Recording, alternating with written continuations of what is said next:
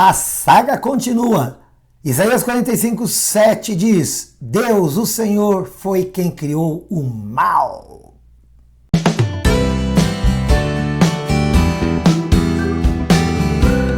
Ah, meu querido, minha querida, voltou? Que beleza! Agora então, vamos procurar entender Isaías 45:7, hein? Diz o Senhor: eu faço a luz e eu faço as trevas. Eu crio o bem e eu crio o mal. Eu, o Senhor, faço todas as coisas. Por muita gente, esse versículo da Bíblia, Isaías 45:7, já teria sido arrancado, porque não conseguem explicar a história do porquê teria sido Deus o criador do mal. Nós já falamos no programa anterior, vai estar o card aqui em algum lugar. Você pode pesquisar lá no YouTube para você saber, ok? A respeito do início disso tudo, do que nós explicamos a respeito dessa condição, desse mal que Isaías 47 ou 45:7 fala. Não deixa de ver lá, porque não dá para explicar tudo de novo. Mas só para a gente retomar brevemente, e se você quiser saber mais, você pode entrar lá no YouTube, em Frente Responde, procura lá, pesquisa na lupinha, e aí você achando o nosso canal, você se inscreve, dá um joinha lá e acompanha a nossa programação acionando o sininho, beleza? E aqui na TV Cultura todos os dias, de segunda a sexta-feira, em 2 horários, 8 da manhã, 1h30 da tarde. Queridos, vamos então voltar aqui a responder. Olha, nós dissemos no programa anterior, que nós conseguimos até tentar fazer um julgamento a respeito do que é bom e do que é mal. Mas não temos condições de julgar o que é bem e o que é mal. Porque bom e mal estão ligados a características de algo. Enquanto que bem e mal estão ligados a ações de alguém. E neste sentido nós não temos condições de julgar, porque para que eu julgue se o que alguém está fazendo é bem ou é mal, eu teria que ter condições de fazer um julgamento muito maior e mais amplo, ligado ao conhecimento da intenção daquela pessoa. E nós dissemos que Deus é uma pessoa. Deus não é gente, mas Deus é pessoa, ele tem personalidade. E dentro da sua personalidade, Deus tem suas intenções. E nas suas intenções, nós vamos entender que o seu caráter, intrinsecamente, ou seja, ele como um todo, ele na sua essência, aquilo que ele é, Deus é bom. Deus é bom. E se ele é bom, ele sempre terá boas intenções, ainda que para que no processo da finalização das coisas que ele quer fazer, pareça que algumas coisas não são tão bem para nós, não nos façam bem, pareçam ser mal, mas no final, Jeremias 29:11, Deus manda dizer ao povo de Israel que não estava vivendo bem. Ouça bem. Deus manda falar ao povo que não estava vivendo bem, porque eles tinham sido maus, não tinham sido bons. E Deus manda dizer para eles assim: eu é quem sei o pensamento que eu tenho a respeito de vocês. Ou seja, eu é que sei qual a intenção que eu tenho a respeito de vocês. São boas intenções para dar o fim que vocês desejam. Mas aquele período que eles estavam vivendo estava horroroso. Agora, quando diante de Deus nós vivemos um meio horroroso, pode ter certeza que o fim vai ser glorioso.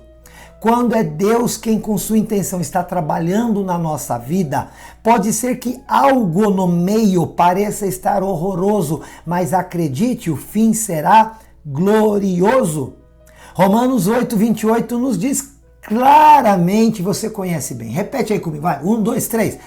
Todas as coisas cooperam para o bem daqueles que amam a Deus.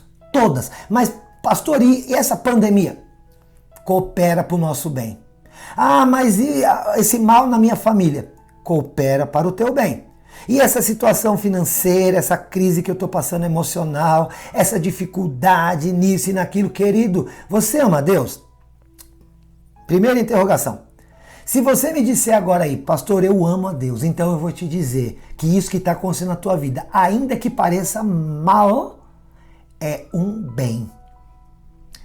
Pode ser que não esteja sendo bom, mas no final você vai entender que todas as coisas cooperaram para o teu bem. Eu vou te dar aqui alguns exemplos bíblicos e você vai entender que na verdade nós não entendemos o que é bem e mal. É por isso que quando digo Deus é quem cria o bem e o mal, eu fico em paz. Eu fico em paz, sabe por quê? Porque eu conheço Deus a quem eu sirvo e eu sei que Ele é bom no seu caráter. Então as suas intenções finalmente sempre serão boas. E por isso, sempre com Ele virá junto o bem. Exemplo, José lá no Egito. Vamos começar lá ainda no primeiro livro da Bíblia, para você entender algumas coisas, querido. José, um rapaz bom, educado, muito amado pelo seu pai, tinha 11 irmãos maus e que tinham inveja e ciúme dele. Aos 17 anos de idade, estes irmãos ficam sabendo da boca de José que ele tinha tido um sonho muito especial, no qual ele dizia, gente, eu tive um sonho em que acontecia uma coisa estranha, o sol, a lua e as estrelas se curvavam diante de mim. E eles falaram, mas esse moleque está pensando o quê? Que nós vamos nos prostrar diante dele? E ele usa ainda um outro sonho, que também feixes do campo se curvavam diante dele. E todo mundo falou, esse moleque é doido, eles ficavam com mais raiva dele, ódio, inveja, e o pai amava. O pai fez lá uma roupa bacana para ele, deu para ele. Sabe o que os irmãos deles fizeram? Se você ler lá em Gênesis, a partir do capítulo 37, né, ali começa lá no 36, né, e vai assim por diante, que no 37 vai falar de Judá. Sabe o que aconteceu?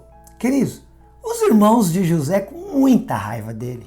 Os 11 irmãos, desde Rúben, o mais velho, até o seu irmão, não o caçula, que era o Benjamim, mas os outros irmãos, né, os outros 10, portanto, que eles eram 12, simplesmente falaram, vamos acabar com esse moleque, vamos matá-lo.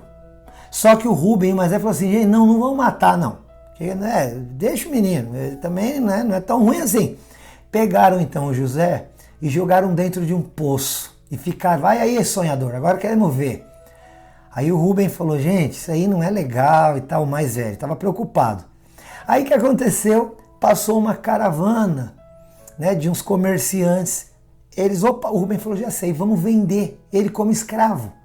Pegaram o irmão, tiraram do poço e venderam. Esses comerciantes levaram José para o Egito. E lá no Egito, queridos, foi levado como escravo aos 17 anos. Ele ficou na casa de um homem chamado Potifar. Este homem gostou dele, mesmo ele sendo escravo. Confiou a ele todas as coisas da sua casa, menos uma coisa, a sua esposa. Falou, ó, pode lidar com tudo aqui, você decide. O Potifar falou, você só não mexe com a minha mulher. Claro, né? Quem queria? Só que a mulher gostou do José.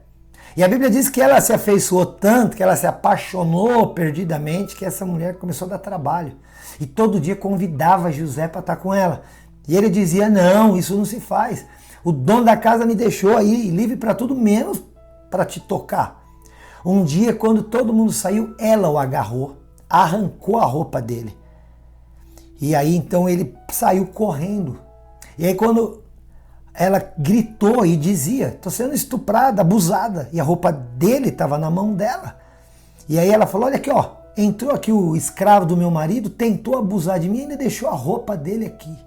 Ah, o que você acha que aconteceu? Ele foi preso.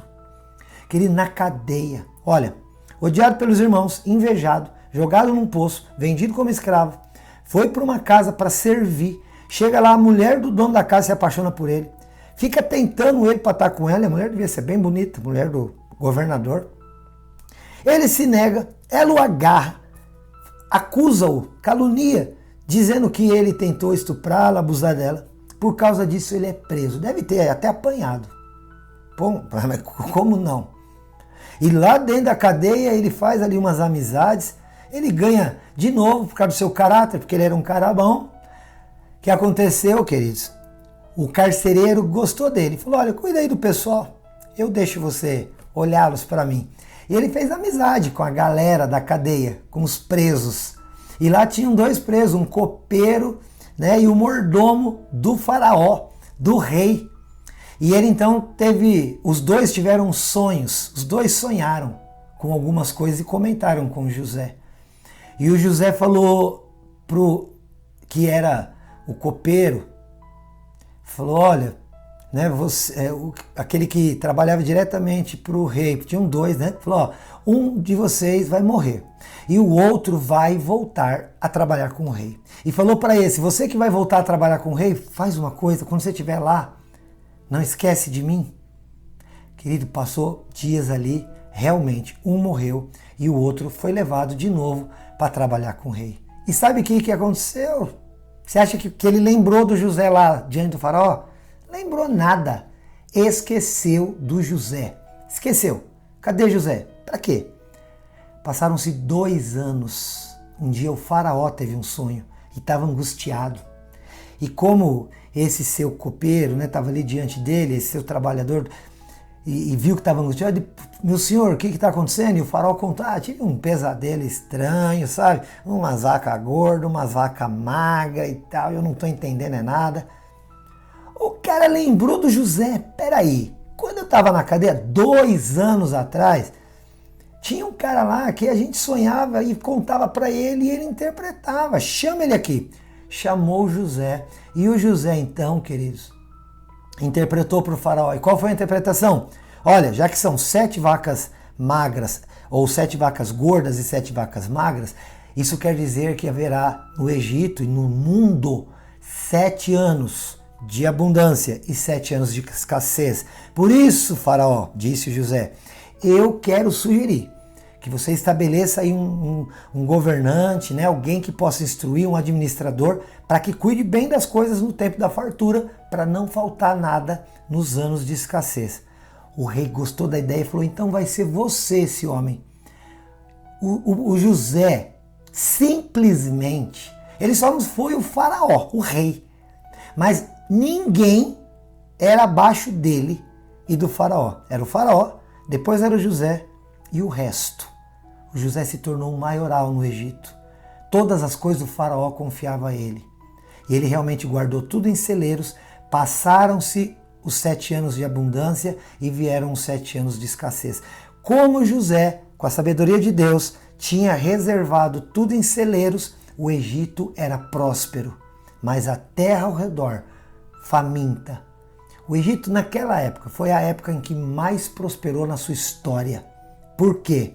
As pessoas iam de longe comprar comida que só tinha no Egito, porque o José, com a sabedoria de Deus, tinha reservado essa comida. Queridos, olha só o que Deus fez. Acaba que Jacó e os seus filhos, e o Jacó já achava que o José tinha morrido, porque isso já tinha se passado, José tinha 16 anos, 17 anos ao ser jogado no poço, aos 32 ele foi elevado a governante do Egito. O seu pai com seus irmãos começaram a passar necessidade, não tinha comida. E eles então foram onde? Para o Egito. E lá no Egito eles tiveram que se dobrar diante de José e pedir a ele, nos dá alguma coisa, nos vende, precisamos comer. O sonho de José se realizou. Queridos, mas durante todo o tempo, imagina, dos 17 aos 32 anos até que ele fosse elevado a rei, tudo que ele viveu, o que realmente parecia é que era mal. Mas olha o que José diz quando seus irmãos o reconhecem, porque eles chegam e ele já está muitos anos mais velho, não parecia que era ele, embora ele reconheceu os seus irmãos. E olha o que o José disse. Eles foram pedir perdão para José. E José diz, não fiquem tristes, não se irritem contra vós porque vocês me venderam para cá. Porque Deus fez isso para a conservação da vida. Deus me mandou para cá na frente de vocês. Não foi vocês quem me enviaram para cá, mas foi Deus que me pôs por pai de Faraó, senhor de toda essa casa e governador em toda a terra do Egito. Ou seja, Deus foi quem fez tudo aquilo que para nós pareceu mal, na verdade, para no final gerar um grande bem. Se José não tivesse sido odiado, invejado, sido jogado no poço, sido vendido, se tornado escravo, sendo caluniado, sido preso. Querido, tudo isso que aconteceu na vida de José, me responde aqui, foi bom ou foi mal? Foi mal com U. Mas no final, gerou bem ou mal? Gerou bem.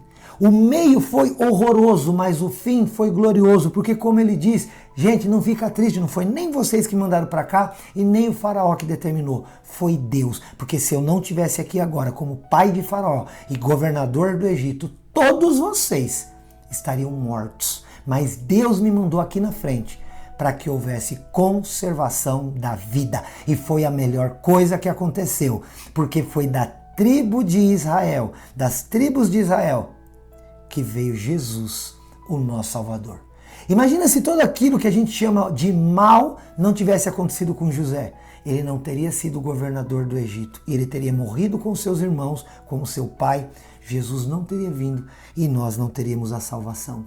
Você está começando a entender que você e eu não conseguimos entender o que realmente é bem e o que realmente é mal? E quando a Bíblia diz é Deus quem cria o bem e Deus quem cria o mal, é verdade, porque Deus é bom, e se alguma coisa agora nos parece mal, pode ter certeza, o fim vai ser bem em nome de Jesus. E todo mundo diga amém. Ficamos por aqui hoje, mas depois, próximo programa, vou continuar falando mais a respeito. Foi Deus que fez o mal. Deus te abençoe, até a próxima.